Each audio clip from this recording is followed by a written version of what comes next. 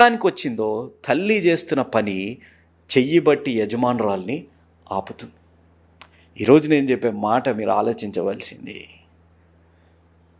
నువ్వు ప్రేమించిన వారు నిన్ను వదిలేస్తారు, నువ్వు ఆశపడ్డవారు నిన్ను వదిలేస్తారు, నువ్వు నమ్మిన వారు నిన్ను వదిలేస్తారు, ప్రాణ స్నేహితులు నిన్ను వదిలేస్తారు, నీ తోబుట్టులు కూడా నిన్ను వదిలేస్తుండొచ్చు, నువ్వు కట్టుకున్న భార్య భర్త నిన్ను వదిలేస్తుండొచ్చు. కానీ నీ దేవుడు నిన్నెన్నడూ వదిలే దేవుడు కాదు. దేవుడిచ్చిన తల్లిదండ్రులు నిన్నెన్నడూ వదిలే దేవుడు కాదు.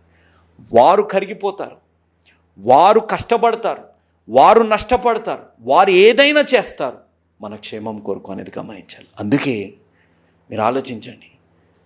ఈ వీడియోలో ఉన్నట్టు ఆ కుక్క పిల్లకి ఏం కావద్దని తల్లి అడ్డుకున్నట్టే నీకు నాకు ఏమి కాకూడదు, నీవు నేను నరకంలోకి వెళ్ళకూడదని ఆ తండ్రి అయిన దేవుడు ఆయన ఏకైక కుమారుణ్ణి త్యాగం చేశారు.